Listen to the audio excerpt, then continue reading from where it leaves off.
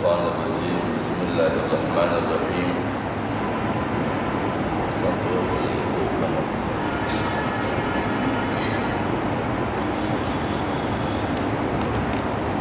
والضحى والليل إذا سجى ما ودعك ربك وما قلى وللآخرة خير لك من الأولى ولسوف يعطيك ربك فترضى ألم يجدك يتيما فآوى ووجدك ضالا فهدى ووجدك عائلا فأغنى فأما اليتيم فلا تقهر وأما السائل فلا تنهر وأما بنعمة ربك فحدث صدق الله العظيم.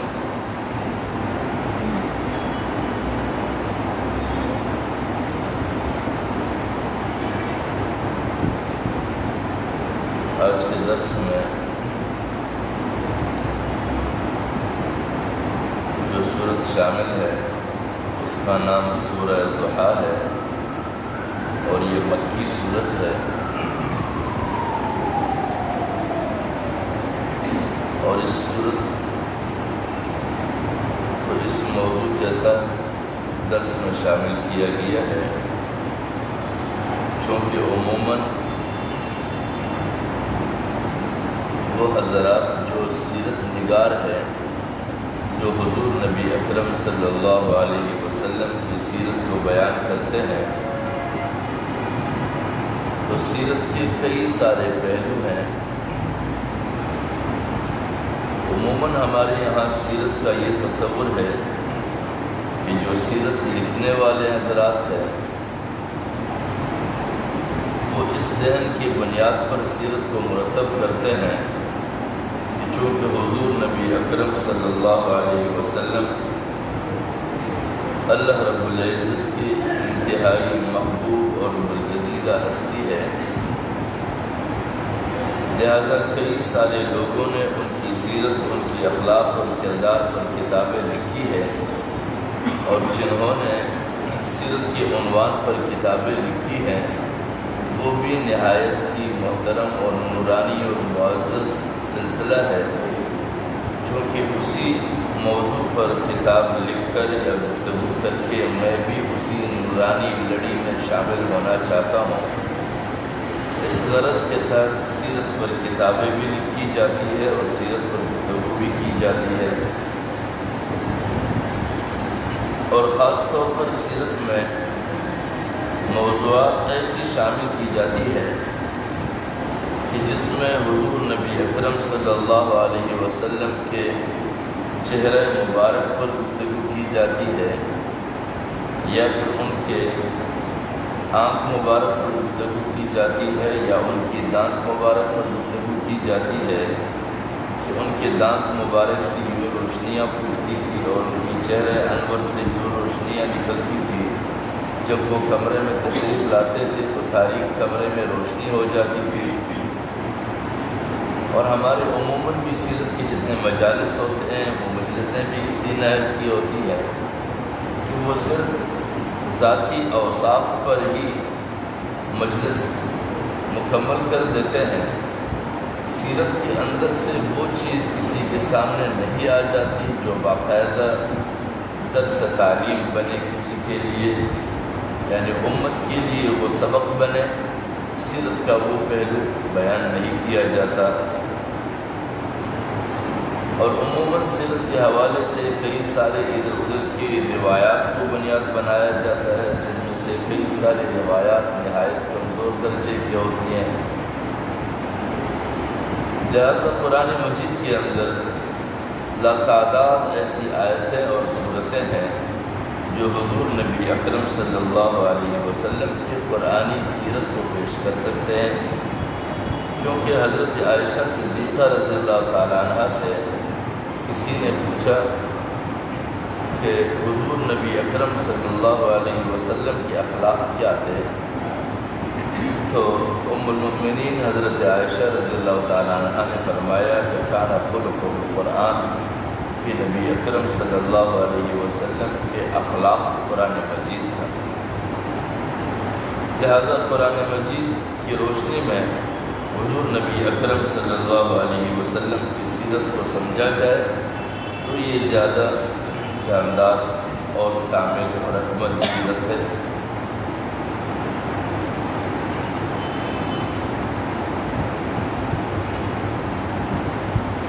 یہاں سورت میں اللہ تبارک و تعالیٰ فرماتے ہیں وَالضُّحَىٰ، قسم ہے روشن دن کی، وَاللَّيْلِ إِذَا سَجَىٰ، اور رات کی جب وہ پرسکون ہو یعنی خوب چھا جائے، مَا وَدَّعَكَ رَبُّكَ وَمَا قَلَىٰ، کہ آپ کے پروردگار نے نہ تو آپ کو چھوڑا ہے اور نہ وہ آپ سے ناخوش ہے، وَلَلْآخِرَةُ خَيْرٌ لَكَ مِنَ الْأُولَىٰ، یقیناً آپ کے لیے بعد کی حالت پہلی حالت سے بہتر ہے، وَلَسَوْفَ يُعْطِيكَ رَبُّكَ فَتَرْضَىٰ، اور آپ کا پروردگار آپ کو اتنا کچھ دے گا کہ آپ خوش ہو جائیں گے۔ أَلَمْ يَجِدْكَ يَتِيمًا فَآوَىٰ، کیا اس نے آپ کو یتیم نہیں پایا پھر ٹھکانہ دیا، وَوَجَدَكَ ضَالًّا فَهَدَىٰ، اے پیغمبر ہم نے دیکھا کہ تمہاری تلاش میں ہو، کہ ہماری تلاش میں ہو، ہم نے خود ہی تمہیں اپنی راہ دکھلا دی، وَوَجَدَكَ عَائِلًا فَأَغْنَىٰ، اور تمہیں نادار پایا پھر مالدار کر دیا، فَأَمَّا الْيَتِيمَ فَلَا تَقْهَرْ، لہذا یتیم پر سختی نہ کیجیے،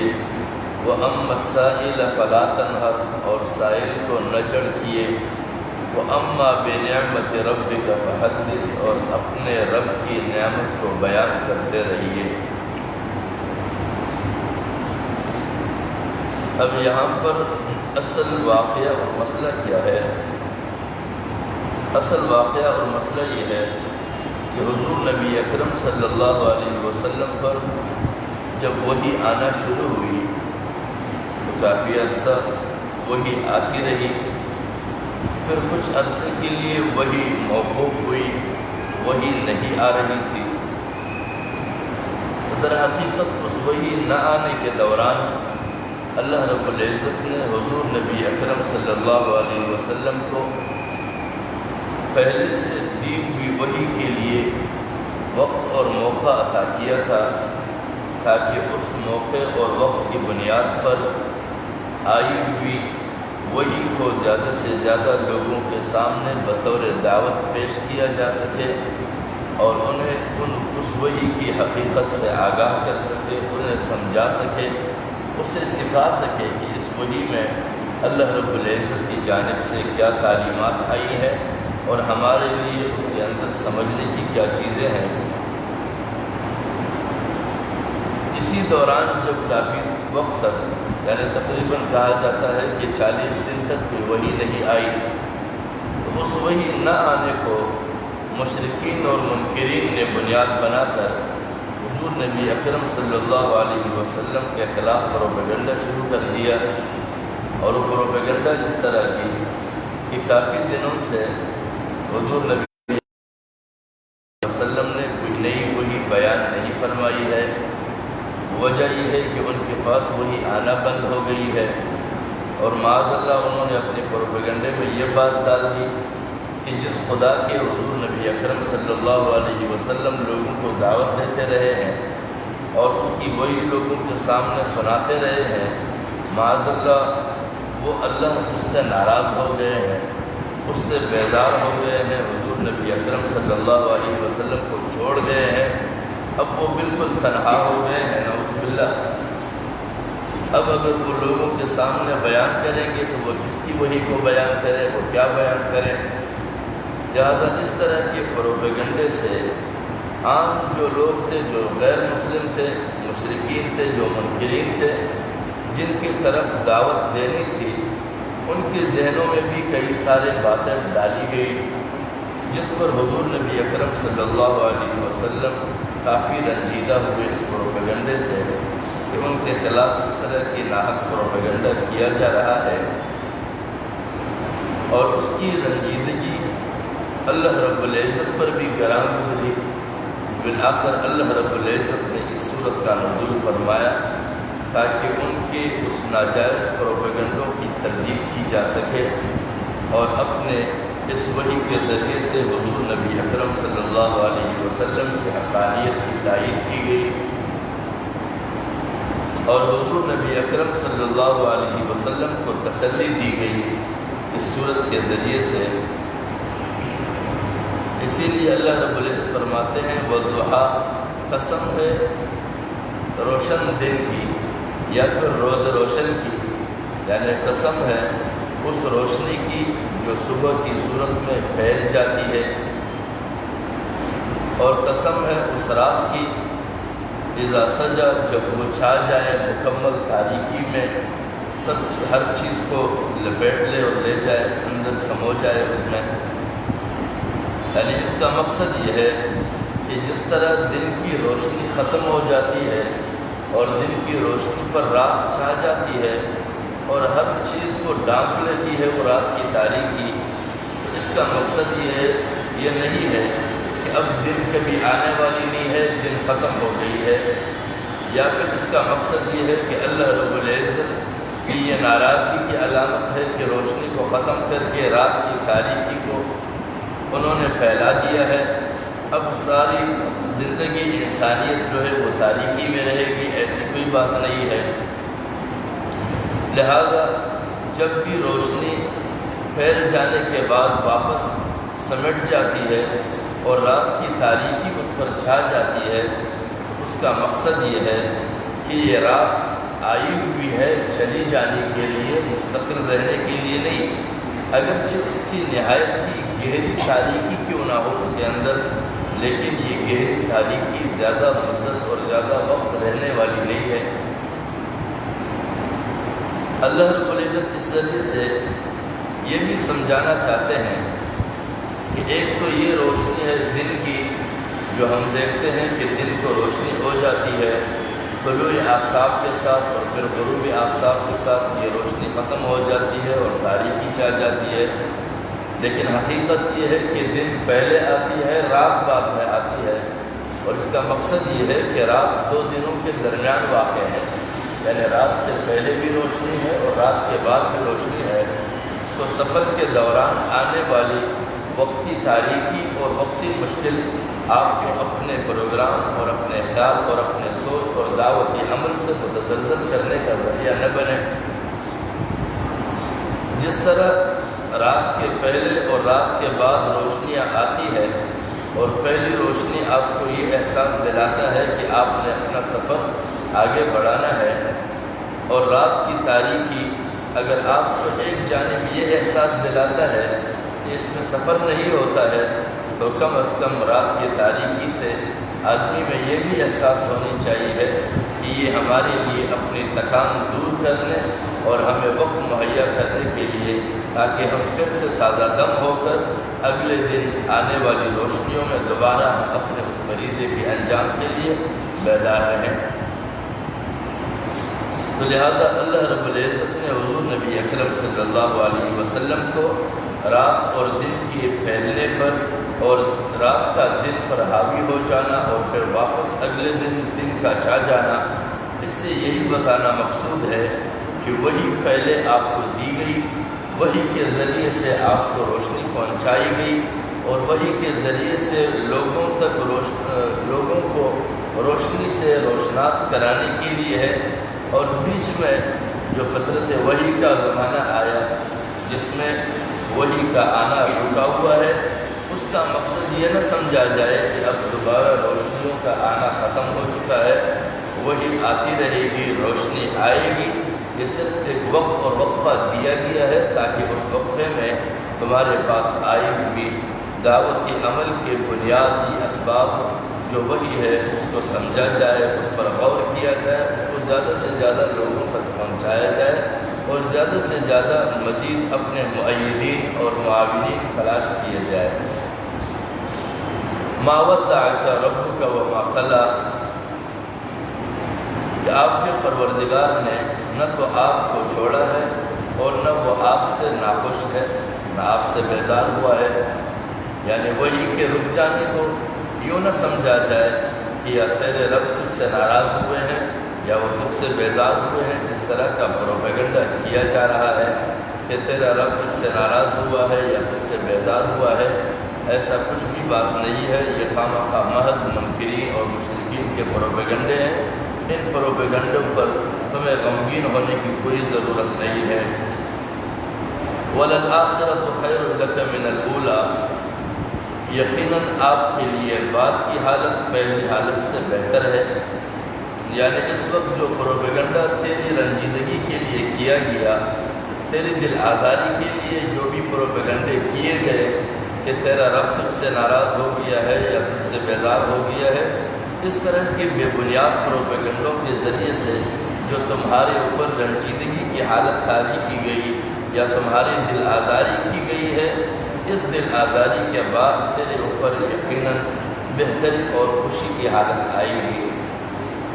یعنی پہلی کی جو حالت تھی بعد میں جو آنے والی حالت ہے اس سے زیادہ بہتر ہوگی۔ اور دوسرا مقصد اس کا یہ بھی ہے کہ ایک ہے تمہاری دنیوی حالت اور ایک ہے تمہاری اخروی حالت۔ تمہاری دنیوی حالت میں تمہیں تکلیفیں بھی تمہارے دشمن پہنچائیں گے، تمہیں اذیتیں بھی پہنچائیں گے، تمہاری دل آزاری بھی کرتے رہیں گے، تمہیں رنجیدہ حال بھی کریں گے، لیکن اس کے بدلے میں آخرت میں تمہیں وہ کچھ دے دوں گا جو یہ دنیا کی رنجیدگی اور پریشانیاں اور دل آزاریاں کچھ بھی نہیں ہوں گی اس کے سامنے۔ اللہ رب العزت تمہاری اخروی زندگی کو دنیا کی اس زندگی سے کافی زیادہ بہتر کر کے دے گا۔ وَلَسَوْفَ يُعْطِيكَ رَبُّكَ فَتَرْضَىٰ،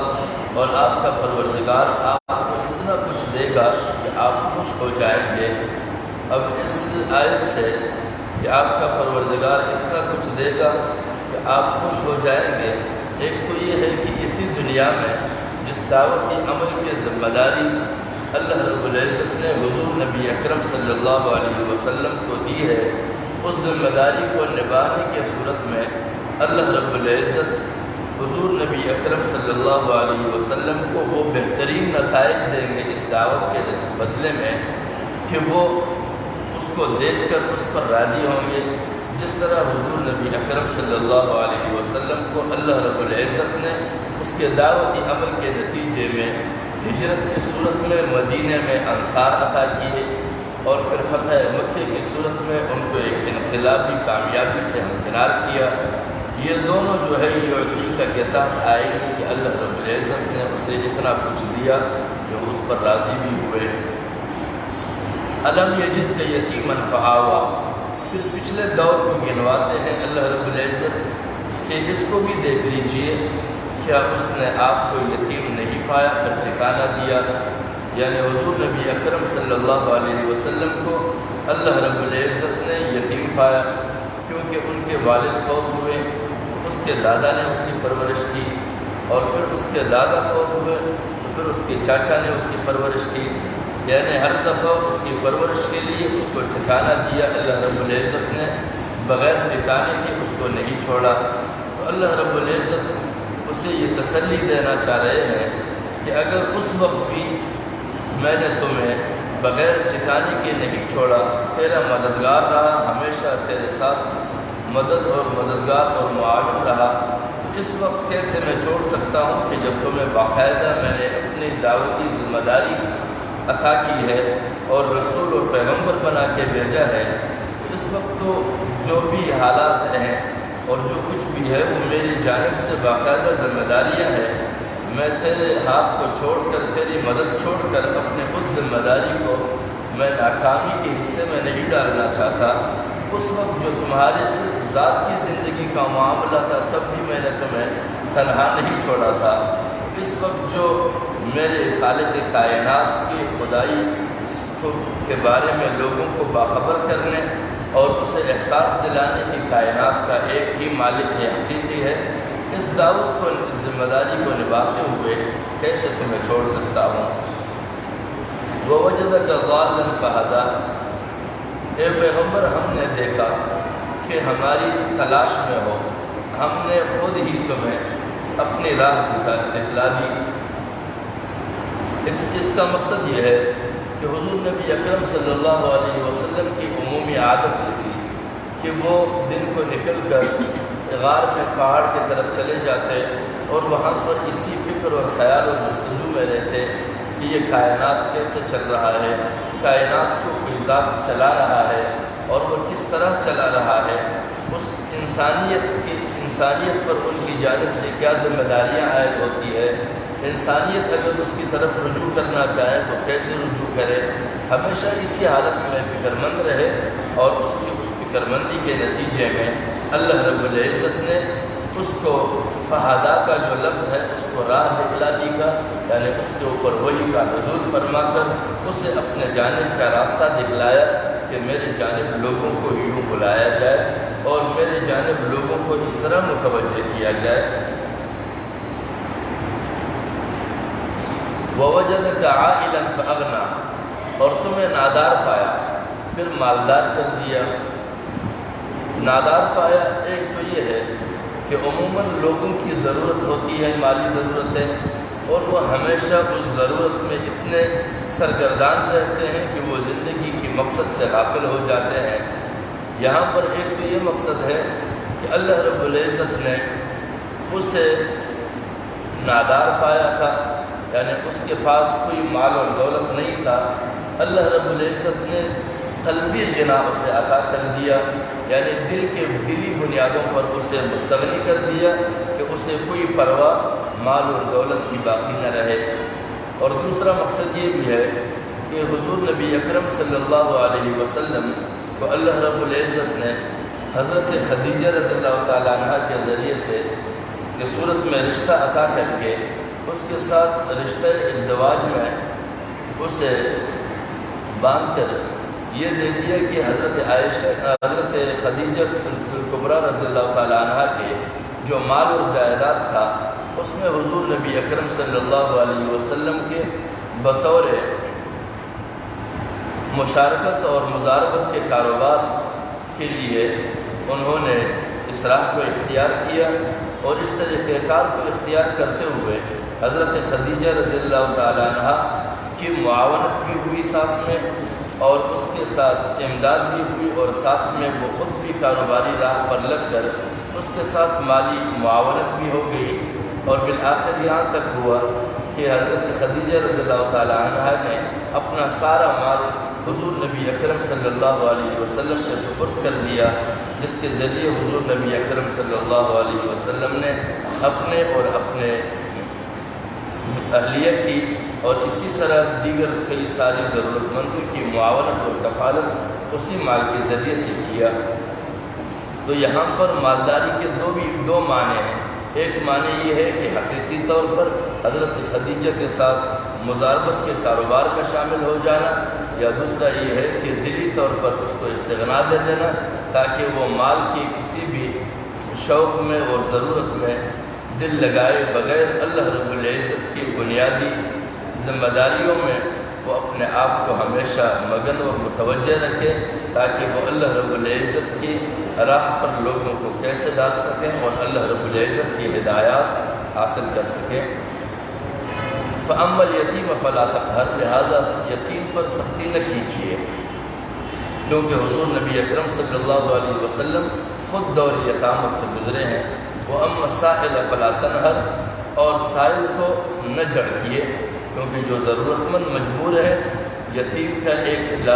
یہ بھی ہے لازمی حصہ کہ جب وہ یتیم ہوتے ہیں تو کبھی کبھار ایسا بھی ہوتا ہے کہ ان کے دادرسی اور کفالت کے لیے کوئی نہیں ہوتا ہے تو وہ مجبور ہوتے ہیں، لہذا مجبوری کے وقت اگر کوئی سائل مانگتا ہے تو اسے جھٹکا نہ کیا کرے۔ وَأَمَّا بِنِعْمَةِ رَبِّكَ فَحَدِّثْ، اور اپنے رب کی نعمت کو بیان کرتے رہیے، یعنی پچھلے جو بھی تمہارے ساتھ معاونت اور مدد اللہ کے جانب سے ہوتے رہے ہیں، یہ لوگوں کی جانب سے جو پروپیگنڈے ہیں، ان پروپیگنڈوں کو ایک طرف رکھ کے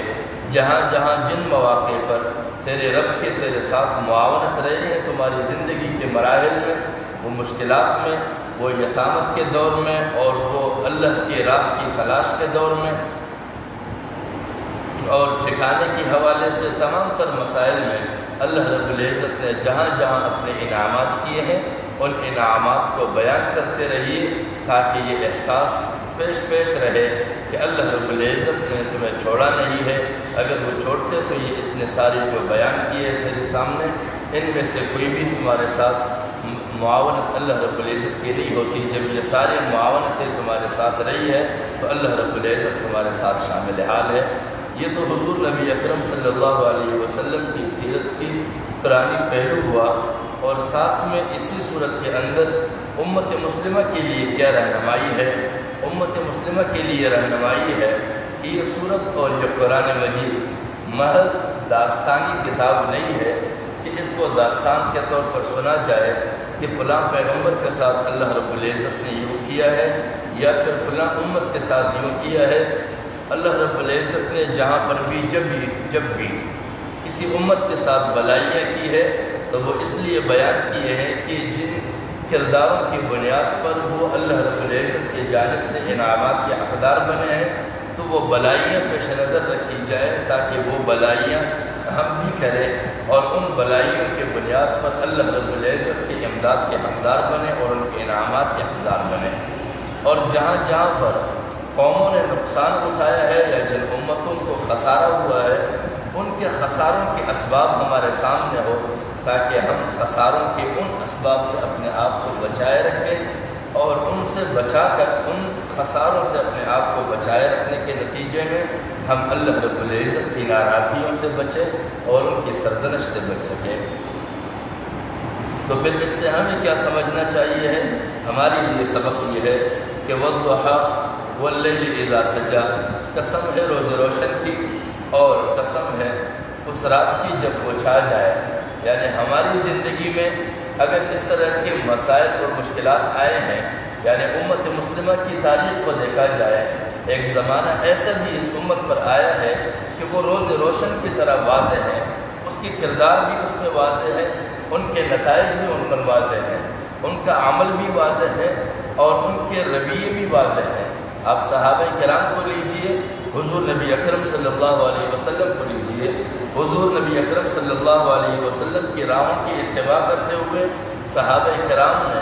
اپنی زندگی کی جو سفر طے کی ہے اس میں انہوں نے اتنی کامیابیاں پائی ہے کہ وہ کامیابیاں رہتی دنیا تک انسانیت کے لیے مثال بن گئی ہے، جس میں اللہ رب العزت فرماتے ہیں فَإِنْ آمَنُوا بِمِثْلِ مَا آمَنْتُمْ بِهِ فَقَدْ اهْتَدَوْا، اگر تم ایمان لاؤ ان لوگوں کی طرح جو یہ ایمان لائے ہیں، فَقَدْ اهْتَدَوْا، تو یقیناً تم راہ پا جاؤ گے۔ تو اس راہ پانے کے لیے یہی ہے کہ ہم بھی اپنی زندگی کو اس طرح بنائیں کہ ہم اس کو روز روشن کی طرح واضح کر سکیں، لیکن ہماری زندگیاں اور ہماری کردار بالکل دھندلے ہیں۔ آج تک ہم اپنے کردار اور اپنے اعمال کے ذریعے سے اپنی زندگی کی کردار اور تاریخ کو واضح نہیں کر سکے ہیں، لیکن یہ جو دھندلاپن اس پر چھا گیا ہے یہ ہماری غفلت اور سستی کی باعث ہے۔ اگر ہم غفلت اور سستی کو چھوڑ دیں، وہ ذمہ داری جو حضور نبی اکرم صلی اللہ علیہ وسلم کو دعوت کی صورت میں عطا کی گئی تھی، اگر اس ذمہ داری کو بھی ہم اپنے جان کا روگ بنائیں اور اپنی زندگی کے بنیادی لاحقہ بنائیں تو پھر ہماری زندگی بھی روز روشن کی طرح واضح ہو جائے، اور جو دھندلاہٹ ہماری زندگی کے کردار اور تاریخ پر اثر انداز ہے وہ دھندلاہٹ اور وہ تاریکیاں ہم مٹا سکتے ہیں، لیکن اللہ رب العزت کی اس دعوتی ذمہ داری کے ذریعے سے ہی ہم ان دھندلاہٹ اور تاریکیوں کو دور کر سکتے ہیں۔ اور اس وقت کی جو تاریکی اور دھندلاہٹ ہے یہ دائمی نہیں ہے، جس طرح حضور نبی اکرم صلی اللہ علیہ وسلم کو اللہ رب العزت فرماتے ہیں کہ یہ جو وحی رکی ہوئی ہے یہ دائمی نہیں رکی ہوئی ہے، یہ واپس بدل جائے گی، کیونکہ وضحا سے دوبارہ ہی وہ وحی جاری ہو گئی۔ لہذا ہمارے لیے اس میں یہ سبق ہے کہ اگر آج سے ہم اپنے اس ذمہ داری کا احساس کریں تو یہ تاریکی چٹنا شروع ہو جائیں گی اور روشنیاں اللہ رب العزت کے جانب سے آتی رہیں گی، اور ہماری یہ اس وقت کی غلامانہ زندگی اور تاریکی میں بسر ہونے والی زندگی آزادی میں بھی بدل سکتی ہے اور روشنیوں میں بھی بدل سکتی ہے۔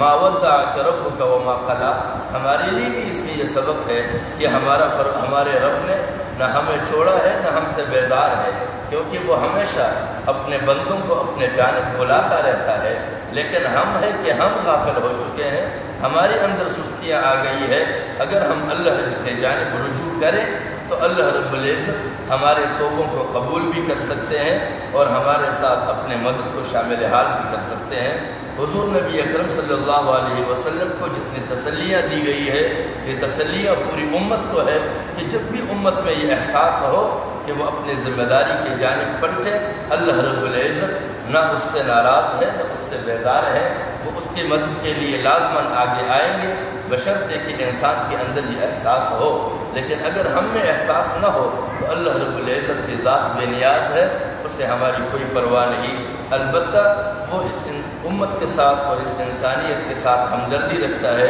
کیونکہ اللہ رب العزت اپنے بندوں کے ساتھ اپنے ماں سے بھی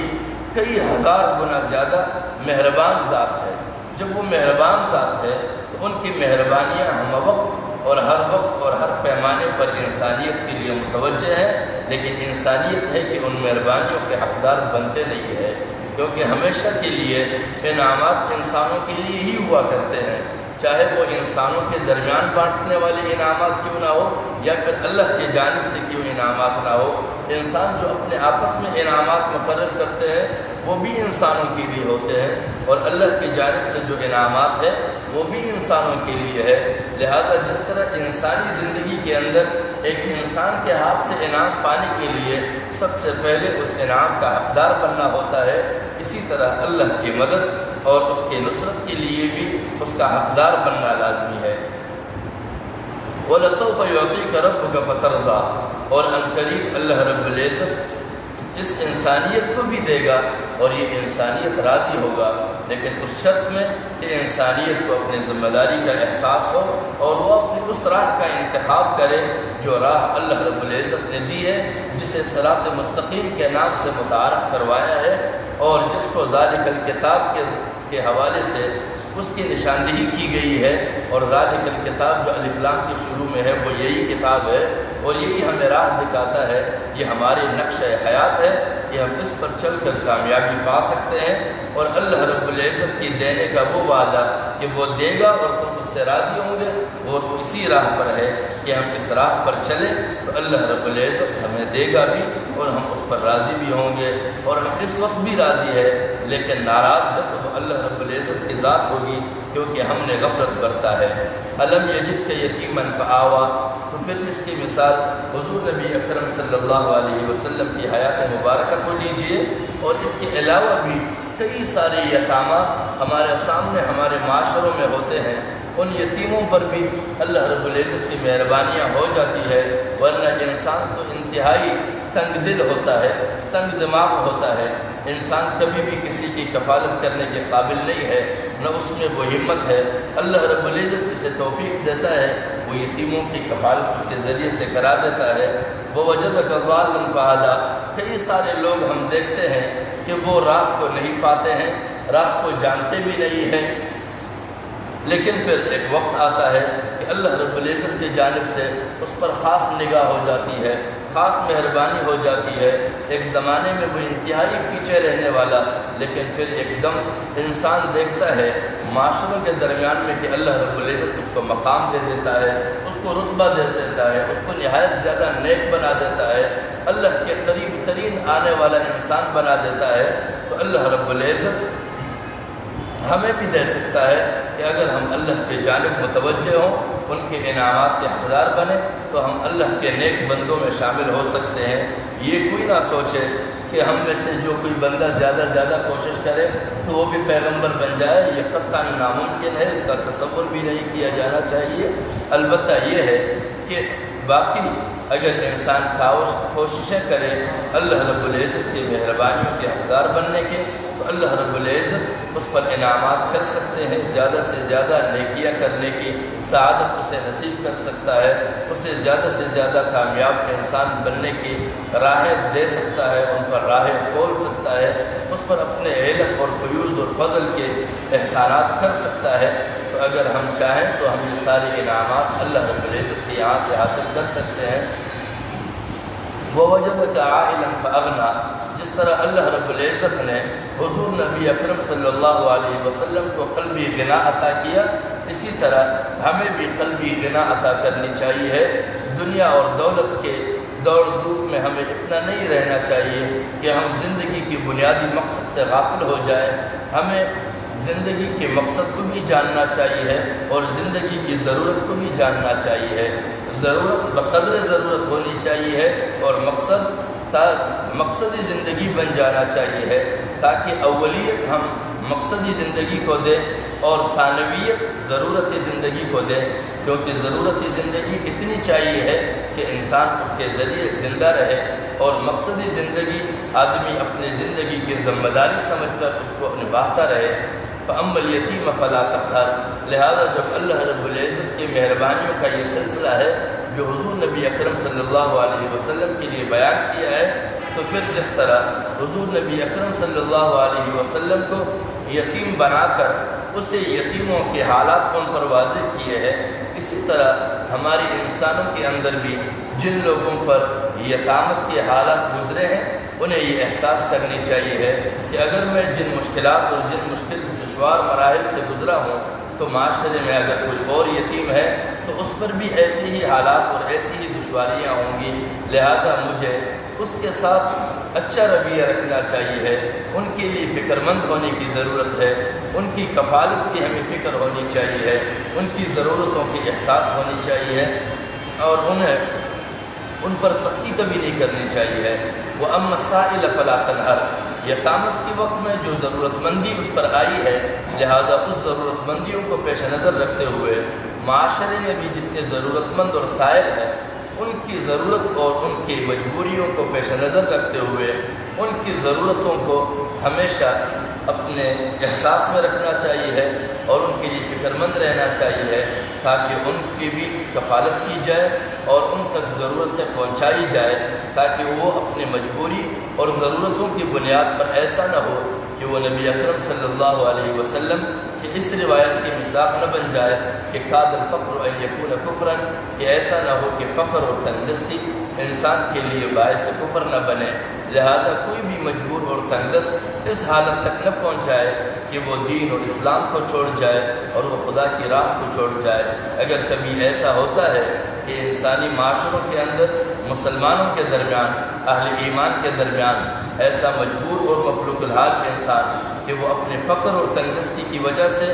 اسلام چھوڑ جائے، دین چھوڑ جائے، پھر جائے، تو انسان مومنوں کو یہ احساس ہونی چاہیے کہ اس کے گناہ میں ہم بھی شامل حال ہیں، کیونکہ ہمیں اللہ رب العزت نے اگر نوازا ہے تو اس لیے نہیں کہ ہم اپنے دولت کے چوکیدار بن جائیں، بلکہ اس لیے ہے کہ اللہ رب العزت نے اگر میرے اوپر انعاموں کی فراوانیاں کی ہے تو میں اپنے ان انعامات کو اللہ رب العزت کا ایک مہربان بندہ بن کر ان کے مجبور بندوں کے اوپر بھی مہربانیاں کرتا ہوں۔ نعمت رب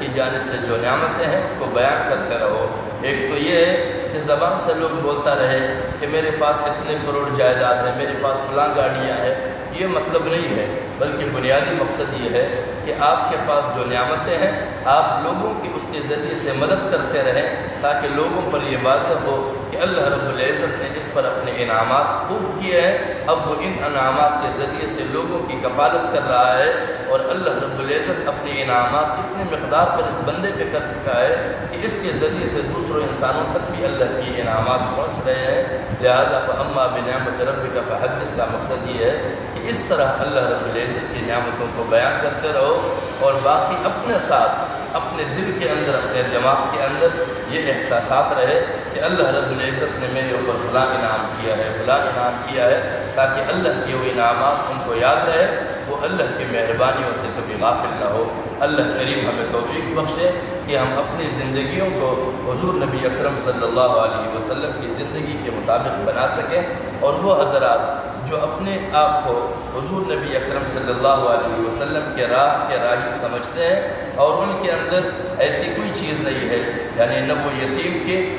ضرورت کی کوئی احساس کرتا ہے، نہ سائل کی ضرورت کا احساس کرتا ہے، یتیم کے ساتھ غلط رویہ رکھتا ہے اور انسانیت کے درمیان دعوتی احساس نہیں رکھتا ہے، تو اس کو ہم یہ سمجھیں کہ یہ صرف محض حضور نبی اکرم صلی اللہ علیہ وسلم کے راہ کے دعوے دار بن کر اپنے آپ کو دنیا کے اندر مقبولیت دلانا چاہتا ہے، حقیقت میں اس کا اس راہ سے کوئی تعلق نہیں ہے۔ اگر حقیقت میں کوئی ہے ایسا بندہ تو اللہ رب العزت ہمیں ان کا معاون بنائے، اور اگر لوگ جھوٹ بول کر اس راہ کے دعوے دار بنتے ہیں تو اللہ رب العزت ہمیں ان کے شر سے اپنے حفظ و امان میں رکھے۔ وآخر دعوانا ان الحمدللہ رب العالمین۔ الحمدللہ رب العالمین والصلاة والسلام علی اشرف الانبیاء والمرسلین وعلی آلہ وصحبہ